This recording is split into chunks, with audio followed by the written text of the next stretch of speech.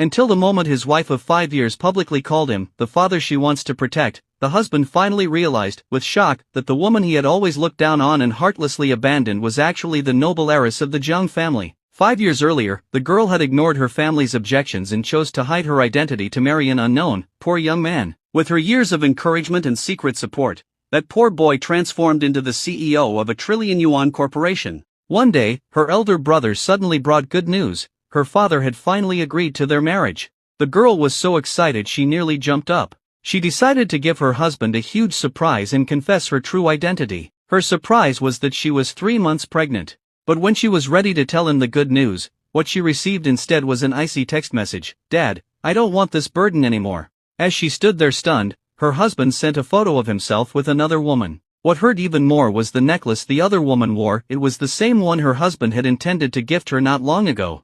Her excitement instantly crashed. She tried calling him to get the truth, but he never picked up. Her world felt like it was collapsing. The overwhelming sadness triggered sharp pain in her belly, and blood began to flow. Even then, she ignored the pain and only wanted to find her husband to demand an explanation. The doctor anxiously warned her that she was bleeding, but she insisted, "I'm fine, I need to find my husband." Fate struck again when her husband and the other woman walked into the same hospital room.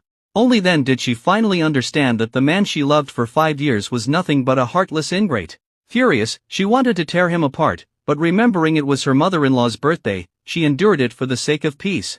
She gave her mother-in-law a limited edition designer bag, but the woman rejected it without even looking, mocking that a woman living off her son couldn't possibly give anything good. She openly praised the other woman's gift instead, calling the girl's present cheap market junk. The girl explained that her gift was a top-tier limited edition and her heartfelt gesture as a daughter-in-law. But the mother-in-law snapped, "Shut up.